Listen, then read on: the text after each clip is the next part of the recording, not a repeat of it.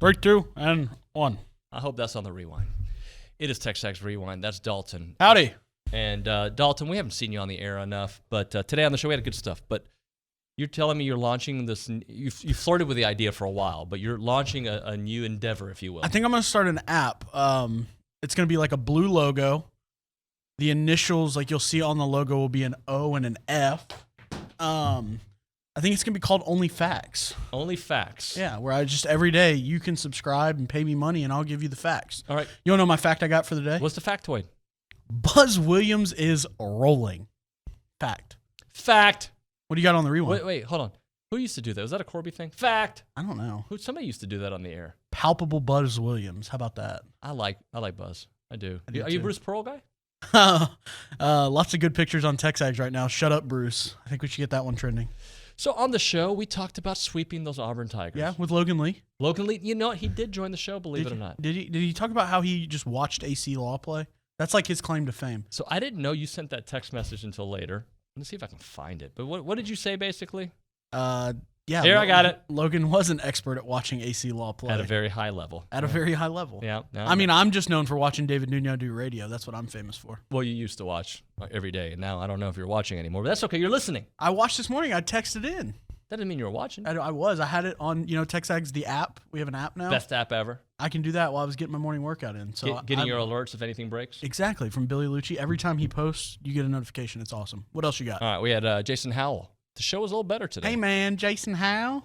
Right before my segment with Jason Howell, Bronny texts the show that says the Roots suck.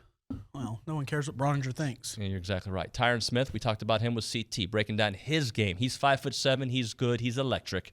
And Peter Burns, hadn't had Peter in a while. Dude, I love Peter Burns. He's great. Anytime you see PB on the desk in Charlotte during the middle of halftime of an A&M game, you know it's going to be a good day because he's probably going to work in a Robert Earl Keen reference. He will, or the chicken, or something else. It's This is the TexAgs Rewind. Thanks for watching. More of it coming.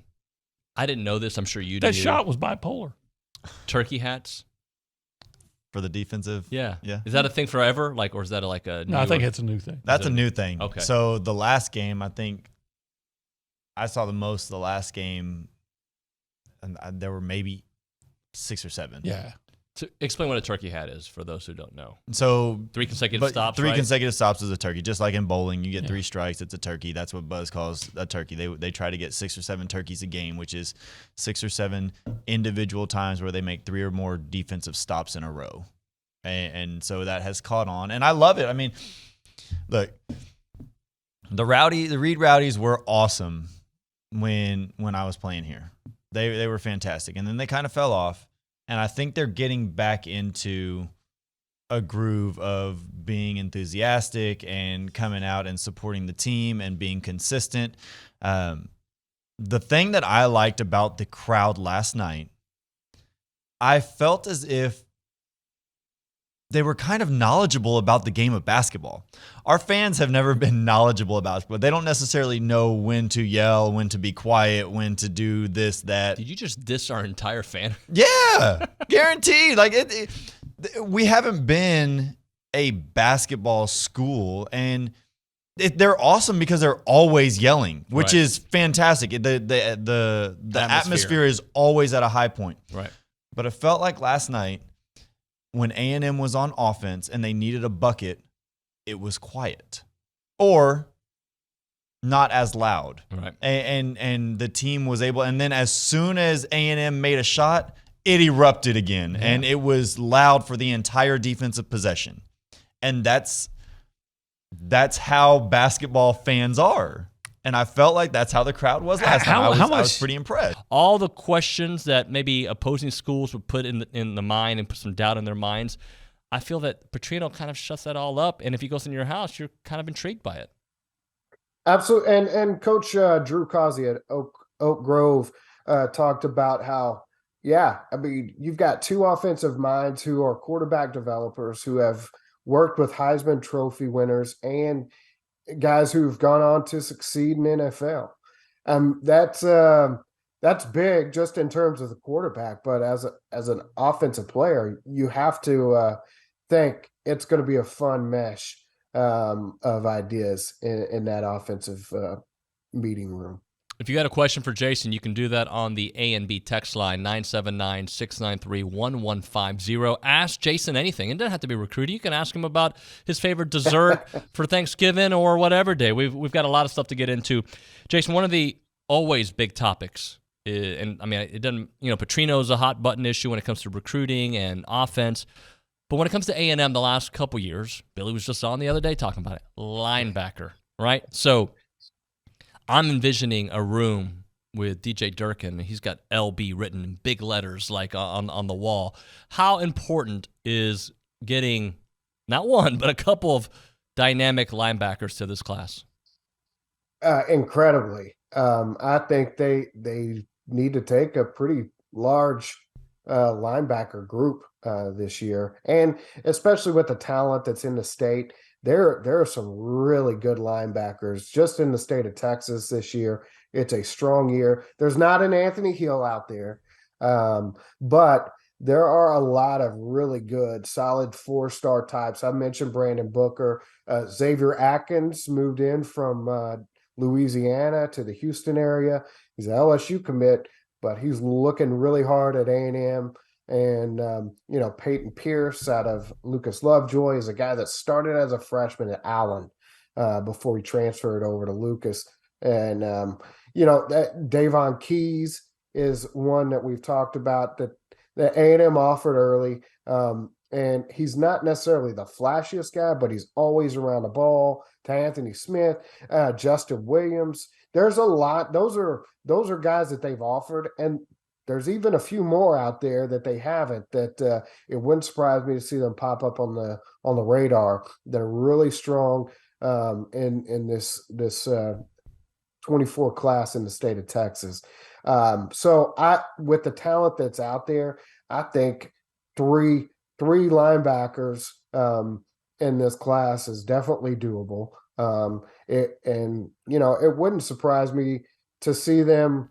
I don't want to hit on the portal too much, but it wouldn't surprise me to see them. I think they need to get another one in May, in that May window. But I do think it's definitely got to be addressed. Losing out on Anthony Hill was a backbreaker last year. I think that probably has more to do with the fan base's feelings towards the class than anything. The 23 class is great, but losing Anthony was a bad deal, and so you got to go out there and you got to try and address it and make things as right as you can. You get Edge Cooper back. Talk about a key recruit. Getting him back in the fold was as big as anything. So you're gonna have to continue to address it and make it as deep as possible. At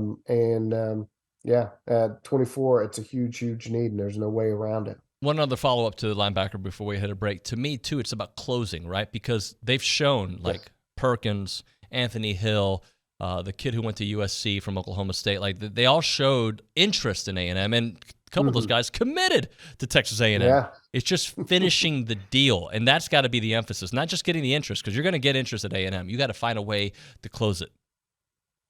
You're 100% right, and they got to figure that out. And I think there's a way to do that. I mean, that depth chart's got to be pretty enticing. Yeah, Tyrin Smith. I think that getting a chance to watch him and look at his skill set, I think he brings a tremendous skill set to A&M. And, I'm excited to see what he does this spring as he gets acclimated to the new playbook, getting acclimated to, the system and Bobby Petrino and what he's bringing to the table. But I think we've got a dynamic playmaker in Tyrin Smith. Yeah, so when you watch the film, what jumps out about Tyrin? He's he's so shifty. He's only 5'7", and we know that those reports lie. So he may be a little bit shorter than that, but he's just so shifty. In space, you get the ball into his hands. He's able to make people miss. He's explosive. I think in his 2 seasons at UTEP, he averages right around 16 yards per catch. So that means he can stretch the defense and he can get downfield. So he's got a unique skill set. He catches the ball well with his hands. He runs good routes. I think we got a good player in Tyrin Smith.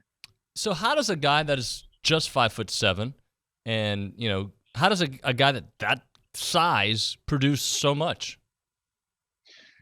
He's just a playmaker. I mean, I don't think that enough can be said about a guy and how he's able to operate and maneuver with the ball in his hands. I mean, if he can add an element to the return game, that adds even more value to him. But in the day and age of looking for those big 6'2", 6'3" receivers, I understand catch radius and all of those things is important. But when you look at what Smith brings to the table, some of the catches that he was able to make, being able to extend, to be able to catch the ball in his hands, I think he has a tremendous catch radius. I think he's able to make big plays downfield. As for Kentucky, they did beat A&M, but other than that, I mean, I think there was a couple games that they looked like they could maybe be the Kentucky team that people expected, but they're just so underwhelming. Are they a tournament team, Peter? I don't, frankly, I mean, if they are, they're kind of a play-in game or a play-in team, like a 10 or 11 seed. And frankly, that shouldn't happen. I mean, with the pedigree of Kentucky basketball, Big Blue Nation, of everything that program has been, one of the blue bloods, and, a coach that makes $9 million or whatever it is a year, it should be that no-brainer, right? Like Kentucky year in and year out should be at a situation where we think of as Georgia football or Alabama football, where it's, hey man, can they win a title? Not can they make postseason play? And there's a big disconnect there, and I don't know what that is, and I don't know if it's Kentucky is that bad, David, or SEC basketball has gotten a lot better, right? Like I think that's part of it. I think Kentucky feasted on SEC hoops for a while because nobody else was raising their game to Kentucky standards. The fans weren't great. The players weren't great. The coaches weren't great. I think over the last 5 or 6 years, you've gotten a lot better coaches, a lot better facilities, a lot better, players, to where all of a sudden they don't have this, hey, we could just get on the court and out-muscle and outbeat everybody. They actually got to, play to win these games, and they're struggling to do that because of the amount of pressure that comes with playing for that program. And we're back. Did OB just give you a dirty look? I mean, most people give me a dirty look, David, because most people don't like me. I don't know if you know that or not. When's the last time you got into a fist fight? Probably high school. Okay. I avoided it. I was like conflict averse in college. I didn't want to mess with that. It's good. Smart play. What will you tell the people to do? You should hit like. You should then comment and tell them. Here's what I want you guys to do. Comment why I'm your favorite TexAgger. Crickets. Yeah, that's kind of what I expected. And then subscribe to the YouTube page. We're really close. I want to make a run at 10,000 subscribers. You think we should make that initiative? we got some stuff that we're planning on that. Maybe how about this? Subscriber 10,000 will win a David Nuno Schmedium cutoff hoodie. You know what I say about people who make that joke? They wish they could. I do. I wish. They wish they could. Enjoy the rewind. Oh, and only facts. Only facts.